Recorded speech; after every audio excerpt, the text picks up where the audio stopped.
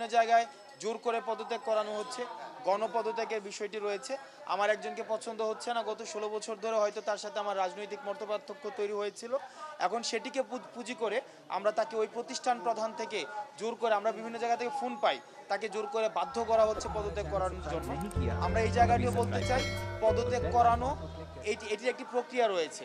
আমরা আপনাদের কাছে আহ্বান জানাবো, এরকম গণদাবির মুখে পদত্যাগ না করে আপনাদের যে বিদ্যমান কাঠামো রয়েছে, যে প্রক্রিয়াটি রয়েছে, এই প্রক্রিয়াটি আপনারা অনুসরণ করুন। আর গণমাধ্যমের একটা সাংবাদিকদের একটা হচ্ছে আমাদের প্রেস রিলিজ গিয়েছিল আমাদের সিগনেচার করে, যে আমরা বৈষম্য বিরোধী ছাত্র আন্দোলনের সিগনেচার দিয়ে আমরা 57 জন 52 জন করেছি, যদি আগে আবারও স্পষ্ট করছি, এটি আমাদের নয়। আমরা আজকে পর্যন্ত এই পর্যন্ত আমরা বলতে পারবো না যে বৈষম্য বিরোধী ছাত্র আন্দোলনের কোনো সমন্বয় যারা আসলে মূলত কাজ করছে। আমাদের ব্যাপক কাজ রয়েছে।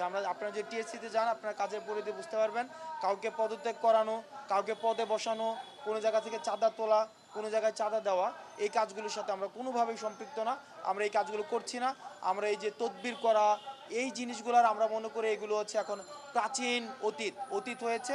আমরা সেগুলোকে লকারবন্দি করতে চাই। তদবির করা, কারোর বিরুদ্ধে হচ্ছে কারোর পক্ষে হয়ে তদবির করা, এগুলো লকারবন্দি যুগের ঘটনা। আমরা শুধু অতীতের ঘটনা হিসাবে আমরা এগুলোকে চিহ্নিত করতে চাই। আমরা একটি সিস্টেম ডেভেলপ করতে চাই। সিস্টেমের মধ্য দিয়ে চলবে, যেটা রাজনৈতিক পরিচয় সেটাকে প্রভাবিত করবে না, অর্থনৈতিক পরিচয় তাকে প্রভাবিত করবে না, কোনো ধরনের তার কোনো এলিট পরিচয় সেটিকে প্রভাবিত করবে না। আমরা দেখেন, আমাদের তাদের বিরুদ্ধে ব্যবস্থা নেওয়ার আমাদের কিন্তু আইনগত কোনো অধিকার নেই।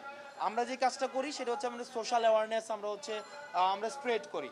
সেই জায়গা থেকে আমরা আইন শৃঙ্খলা রক্ষাকারী যে বাহিনীটি রয়েছে তাদের প্রতি আহ্বান জানাবো, বিদ্যমান যে আইনটি রয়েছে আইনি কাঠামোর মধ্য দিয়ে আপনারা তাদের